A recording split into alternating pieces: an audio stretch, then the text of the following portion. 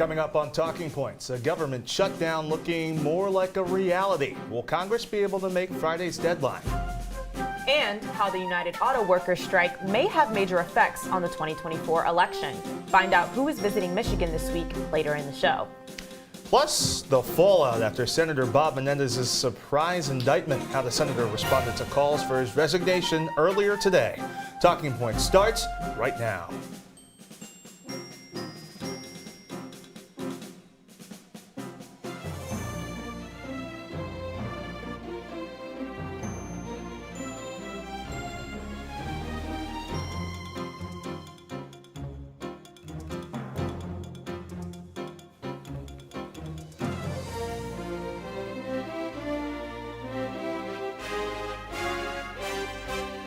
Hey, thanks for joining us at 7:30. I'm Chilekasi, Adele. And I'm Ericka Love. We've got a busy show packed with some developing news. Let's start our coverage tonight with the looming government shutdown. We're joined now by Talking Points anchor Jake Morrell, who's here with the latest. Jake, where do things stand at this hour? Chile and Ericka, always great to be with you guys on a Monday night. Less great to be with you guys when there's a looming government shutdown. That's right, the House is in disarray, and if they don't straighten themselves out by the end of the week, we'll have a full-blown government shutdown. Now, what does that mean? All, quote, non-essential government operations will be halted until Congress can pass 12 appropriations bills to fund the government for the fiscal year. Where's the holdup? In the far-right corner of the House of Representatives, where reps like Florida's Matt Gaetz are refusing to vote with House Speaker Kevin McCarthy on bills that could pass the Republican-led House. The ongoing feud between the newly elected Speaker and members of the Freedom Caucus threatens more shakeups than just the shutdown. Remember back in January when it took McCarthy 15 votes to get the gavel? Well, in doing so, he agreed to a provision that allows just one member of the House to call a vote to oust him as Speaker. So some constraints on McCarthy's ability to push the bills through has left the GOP in disagreement on how to proceed and created a rift in the party itself that's showing on Sunday mornings. Take a listen to Ohio Rep Mike Turner on ABC this week. McCarthy said this whole new concept of individuals that just want to burn the whole place down. He's speaking about his own GOP House colleagues. Right, and they're doing so, and this is the thing, they're doing so by voting with Nancy Pelosi. That's what I think, when back home, they ought to have a difficulty answering to the voters as to why they're voting with Nancy Pelosi and not with Kevin McCarthy and Republicans to pass Republican bills and keep the government open. Now, as if his own party splitting on this wasn't enough, Senate Democrats are applying pressure today by moving on a stopgap bill that could hit the House floor by the end of the week. So, Kevin McCarthy is staring down his biggest challenge of a crazy first year as Speaker, and whatever his House comes up with will have huge ramifications for voters across the country. Guys. Jake, let's put this on the record. Congress has until Saturday night to avoid this shutdown, but how likely is that to happen? You know, Chile, with each passing day, it becomes more likely. Congress did not meet today in observance of the holiday Yom Kippur, but the House really isn't looking like it's going to get itself in order. We saw several meetings last week. We saw a closed-door GOP meeting where apparently they made concessions, and then on TV, a lot of those lawmakers said that they didn't. And it really doesn't help when the former president, former leader of the party, is telling them not to make concessions. So these far-righters who have MAGA voter bases are now, looks like they're listening to what Trump is saying on Truth Social. You could see his post over the weekend.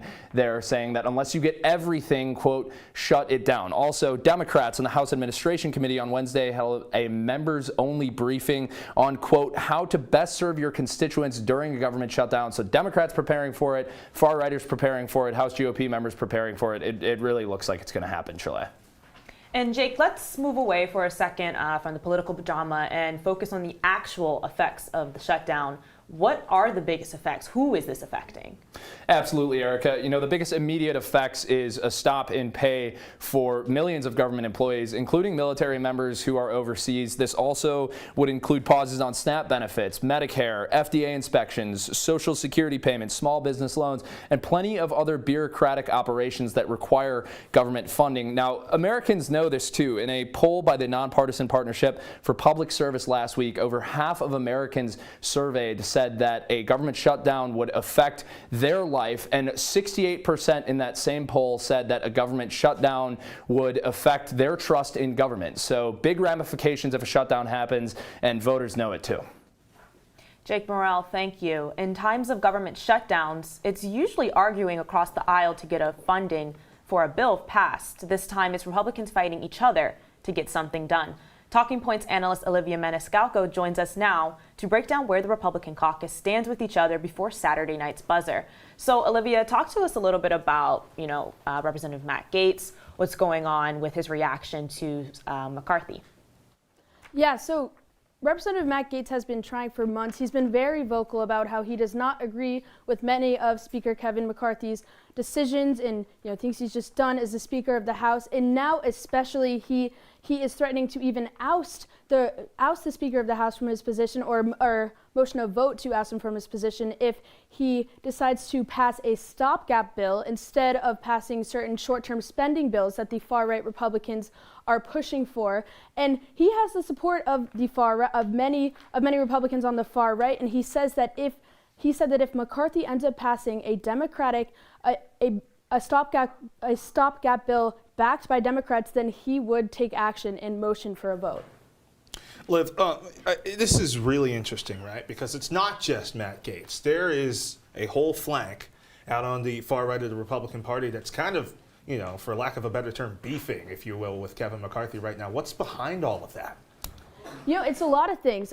Like Jake was mentioning before, it took even 15 votes to even have Kevin McCarthy become the Speaker of the House. The far right has never been very impressed with what he has accomplished as the Speaker. A recent impeachment probe brought on by McCarthy was what many are saying an attempt to win back some of the far right, but it hasn't even helped as much as he maybe thought it would. And a lot of this stems from the Speaker not being able to unite the party and pass certain smaller spending bills. And Olivia, you mentioned impeachment. That's one of many issues going on right now. Can you talk a little bit about some of the other performance issues? It's been a rough month in general. He's dealing with the public coming at him for this age gap in Congress. What can you say about that? Yeah, there's definitely two sides of the Republican Party right now. There's the far right, and then there's the more moderate, and then they just really are not agreeing on much right now. And I'd say the biggest issue is definitely the spending bills and how a lot of the far right is asking him to try to unite Congress and pass these bills, and it is just not happening, which is partially what is leading to a possible government shutdown. So yeah, it's between the impeachment and the looming government shutdown, things are not looking great for Speaker Kevin McCarthy, and Matt Gaetz is definitely on the forefront of part of that. Olivia Maniscalco, thank you. And coming up after the break, major politicians planning to address striking union workers this week, who they are and what they plan to say. Next.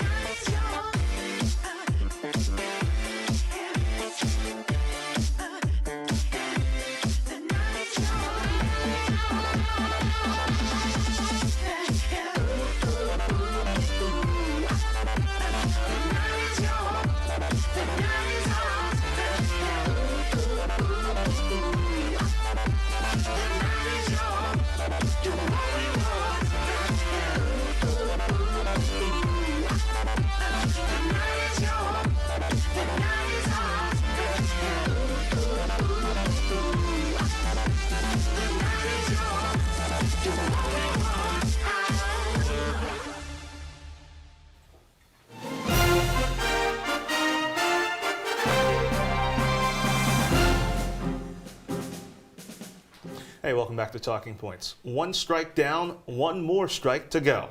Hollywood writers struck a deal with the major studios last night to tentatively end the 150-day-long strike. I'm sure a lot of us remember that. The Writers Union and Studios Alliance are still drafting the final contract language at this hour. Union leadership said its writers will return to work for the first time since May 2nd once the agreement is ratified. We'll continue to monitor this developing story here on Talking Points and CitrusTV News throughout the week. The United Auto Workers strike has reached day 11. Ford and the union struck a deal over the weekend. However, talks seem to be at a standstill between the union, Stellantis, and General Motors. The strike grew on Friday with the union adding 5,600 more workers to the picket lines. Joining us now is Talking Points analyst Andrea Oates. Andy, let's talk about the latest. Union's able to reach a deal with Ford, not with Stellantis, not with GM yet. Why is that? What's behind that? Well, Chile, it's actually very interesting. Workers are currently seeking across-the-board wage increase by 36% over the next 4 years. Along with looking for a raise, the workers are also trying to get an added profit increase in addition to a wage increase as well. And they are very much advocating for personalized concessions, something that was given to them a few years ago, but now under new General Motors leadership has not been granted to them. Anton Turner, a former worker of the union who recently quit his job last week amidst all the chaos and drama of the strike, says, quote, "We aren't getting paid what we're supposed to. I feel like our CEO is getting all the money," end quote. So that is definitely one of the biggest concerns of the workers who are currently on strike. And hopefully, if General Motors, along with the rest of people, are able to meet these demands, then they will be back to work sooner than later. Interesting there. Andy, we talked about this last week, but this also has major implications on the 2024 election. President Biden expected to join the picket lines tomorrow. What can we expect from the president's visit to what is a battleground state in Michigan? Well, Chile, President Joe Biden recently announced last week on the X platform, formerly known as Twitter, that he will be traveling to Michigan tomorrow in order to, quote, stand with a picket line and in solidarity with employees of the UAW as they fight for equal share of the product value that they are helping to create. So we should definitely see President Biden showing his immense support along with the rest of the general public. UAW President Sean Frayne also made an announcement during an online presentation to the union members that they have made real progress, but however, GM has not met any of their demands just yet. He said they are pushing for the union's proposals surrounding issues such as cost of living increase, profit sharing, and even job security. So there's definitely going to need for some serious push. But the latest announcement we just received from GM is that they have made a huge promise to donate over $80,000 to $96,000 within the 4 years and 7 months to their employees, but the UAW has not responded to that, so we'll definitely be looking to hear more about it soon. Andy, thank you so much. California Governor Gavin Newsom and Florida Governor Ron DeSantis have agreed to participate in a live debate on Fox News. The California Democrat and Florida Republican will spar on November 30th in a debate hosted by Fox's Sean Hannity. The debate comes as DeSantis looks to gain some ground on President Trump in the GOP primary. Meanwhile, Gavin Newsom, a high-profile Democrat and potential future presidential candidate, will continue with his media tour throughout this debate. Newsom has ruled out running against President Biden in the 2024 Democratic primary. The second GOP primary debate will take place Wednesday night at 9 p.m. at the Ronald Reagan Presidential Library in Simi Valley, California. Talking Points analyst Luke Radel is here with what to expect. Now, Luke, let's start things off with where the GOP primary stands today. Who's going to be on that stage Wednesday night? Hey there, Ericka. There's going to be 7 candidates on the stage on Wednesday night. You'll see them in a moment in the polling. But first, where the race currently stands, you see a lot of folks talking about the national polls that show former President Donald Trump up by 40, 50, 60 points over his GOP rivals. But as we've all been saying, national primary polls don't matter. What matters are the early state polls. This is a poll from the Des Moines Register out of Iowa back in August, showing Donald Trump at 42 percentage points, Ron DeSantis at 19, and South Carolina Senator Tim Scott at 9. A more recent New Hampshire poll from CNN and the University of New Hampshire shows Donald Trump below 40 at 39%, and then a 4-way tie for second place. with Vivek Ramaswamy at 13, Nikki Haley at 12, Chris Christie at 11, and Ron DeSantis at 10. All the candidates you see on your screen there, Ericka, will be at the debate on Wednesday night. And Luke, some of those numbers are really close for some of those polls. Who should we actually be keeping an eye on Wednesday night? Yeah, I think lots of folks are going to be watching for another breakout performance from former UN ambassador in the Trump administration, Nikki Haley. Take a look at one of her standout moments from the debate in August. Yeah, I wish you well in your future career on the boards of Lockheed and Raytheon. You know, I'm not on but the fact of the matter, and Raytheon, and you know, Boeing came off of it, but you've been pushing this lie. You've been pushing this lie all week, Nikki. You want to go and defund Israel. You want to okay, let me address that. I'm glad you brought that up. I'm going to address each of those right now. This is the false lies of a professional politician. There you have it. Your watch, so the reality make America less safe. You have no foreign policy experience, and it shows. And you know what? The foreign policy experience that you all have. And Ericka, it appears as though that message is resonating with voters in head-to-head prospective general election polls. Haley is the only GOP candidate in the race that is beating President Biden consistently. Well, that's the thing, Luke. Trump will not be attending the debate Wednesday night. That has upset one of his top GOP rivals, Governor Ron DeSantis. Listen to what he had to say to ABC News. He owes it to people to be there. He owes it to people to make the case and to defend his record. You can't be just not showing up to these things. So he does owe it to that. Luke, tell us, is there any potential downside to Trump skipping, and what will he actually be doing instead? Yeah, as much as the Florida governor wants Donald Trump to show up so that he can have a standout moment in the debate, there's really only political downsides for Trump in attending the debate, and also potential legal downsides if he continues to incriminate himself on his 4 pending indictments. Guys, former President Donald Trump will be in Michigan speaking to auto workers during the debate.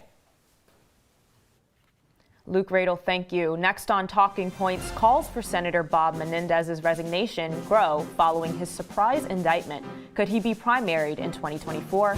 Find out after the break. Here's your check.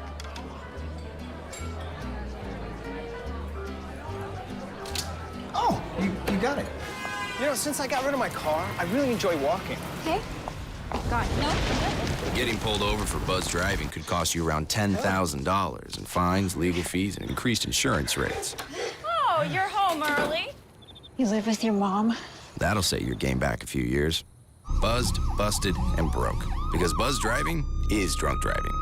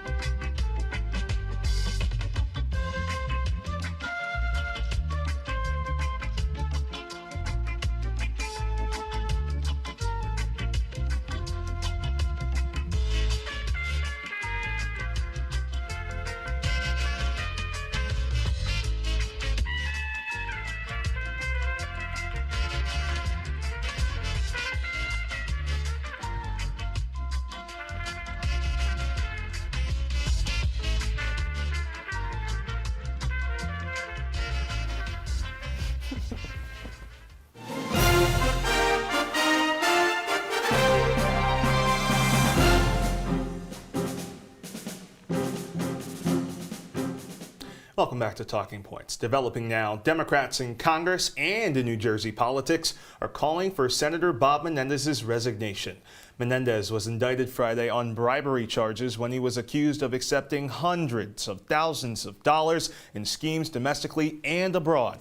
Earlier today, Menendez addressed the allegations and calls for his resignation. Take a listen.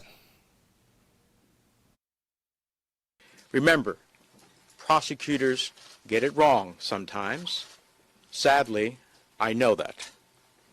Instead of waiting for all the facts to be presented, others have rushed to judgment because they see a political opportunity for themselves or those around them.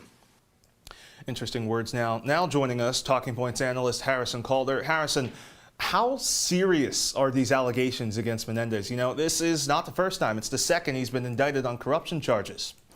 Yeah, that's a good point, Chile. You mentioned that, and there have been very different cases when it comes to the first and second indictment charges. The first one involved one of his old friends, a physician, so he was able to get out of that with a mistrial due to friendly working together. But this time, it will not work that way.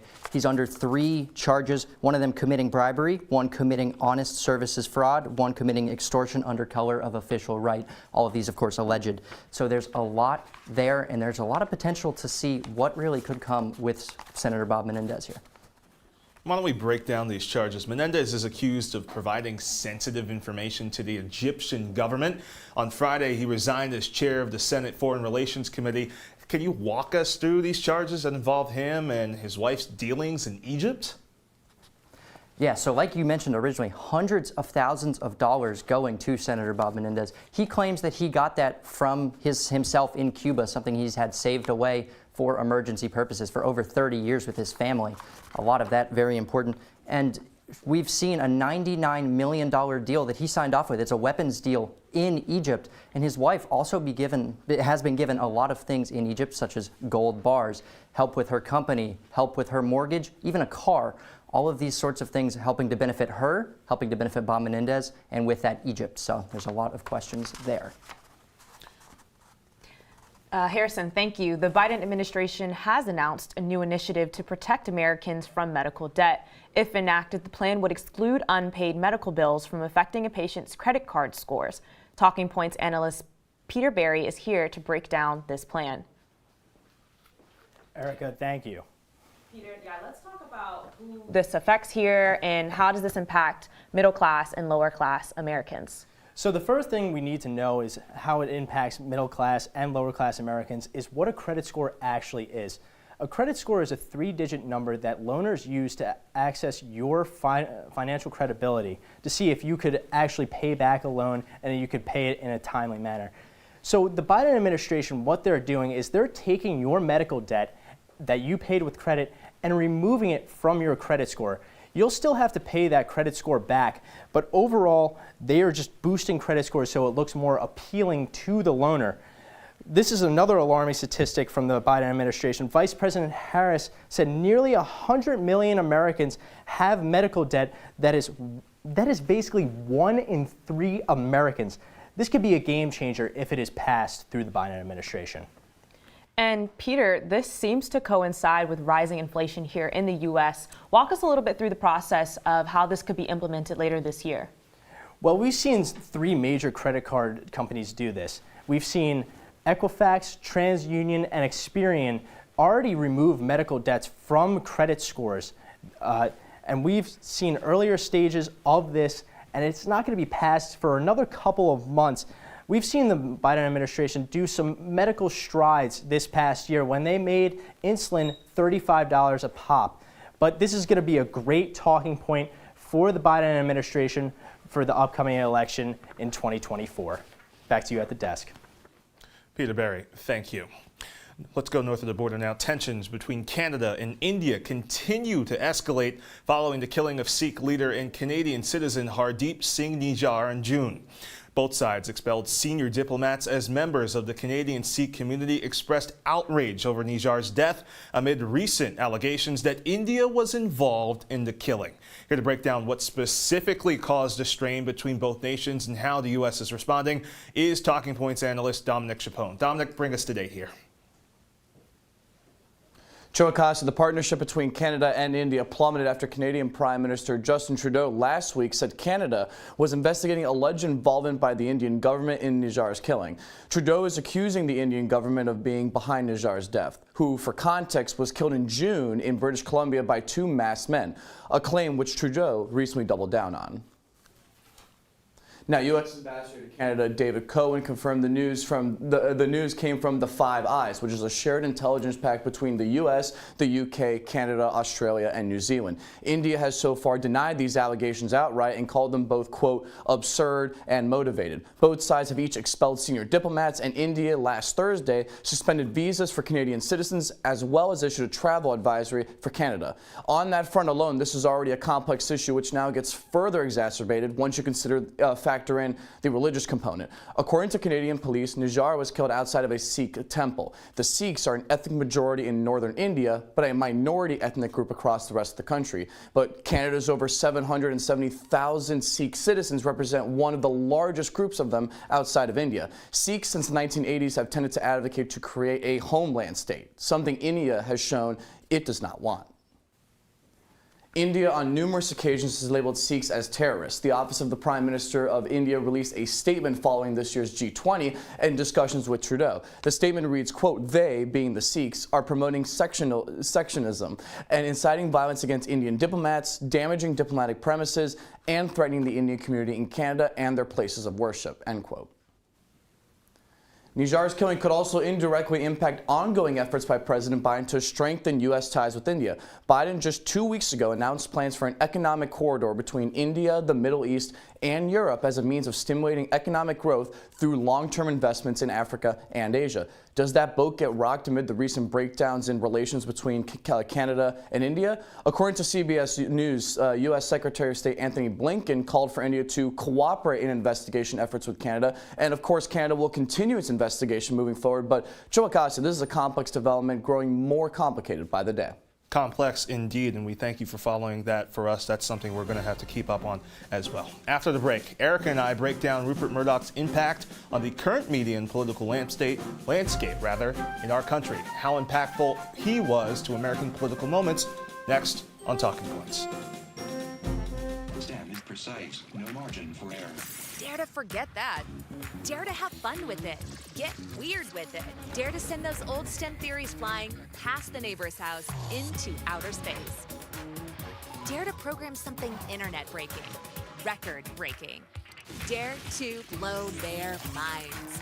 Dare to learn the difference between sedimentary and metamorphic rock. Go find those rocks. Dare to keep daring. Dare to STEM. Check out She Can STEM to get started.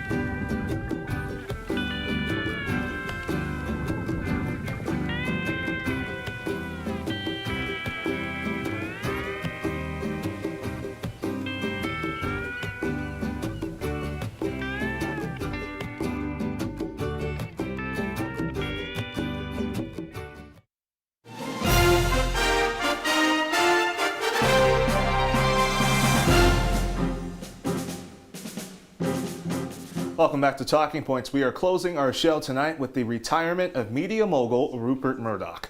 Murdoch, who led the Fox Corporation for more than 50 years, announced that his son Lachlan will take the helm of the media empire. Murdoch was in charge of the network Fox plus Fox News and the Wall Street Journal.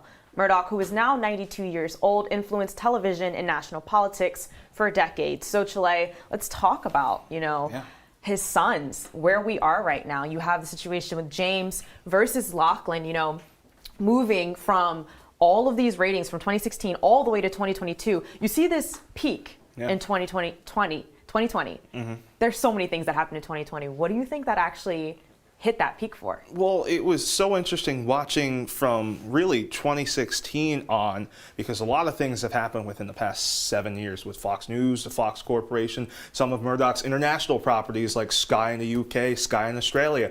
But we remember all the stuff that happened with Bill O'Reilly, which led to Tucker Carlson, and he started to rise up in the ratings. He was just fired back this spring. But you can kind of see how Fox around 2020, around that election time, faced a little bit of turbulence, but they found a way to stay on top. But what's interesting is, we're seeing this steady rise in total profit for cable TV. We'll see if there's going to be a steep drop now that there's this debate about how we'll move from reactionary politics to a more moderate political talk show. But I don't know. What do you feel like the Suns are debating right now? Right now, Lachlan's taking the helm, but what does that look like with this GOP primary coming up? Well, it's going to be interesting to see whether Lachlan has the same kind of grapple on conservative politics that his father did. But I wanted to harp on this for a little bit. The profits that you see here, I think this is Fox's next dilemma. Just like CNN and MSNBC are trying to find ways to adapt to the modern viewer, it's going to be hard because they got that platform, they've got Fox Nation, but we'll see how that finishes up. And that is Talking Points for this evening. Be sure to follow us on X and Instagram at CitrusTV News. I'm Chilekasi Adele. And I'm Ericka Love. Have a great night, Syracuse.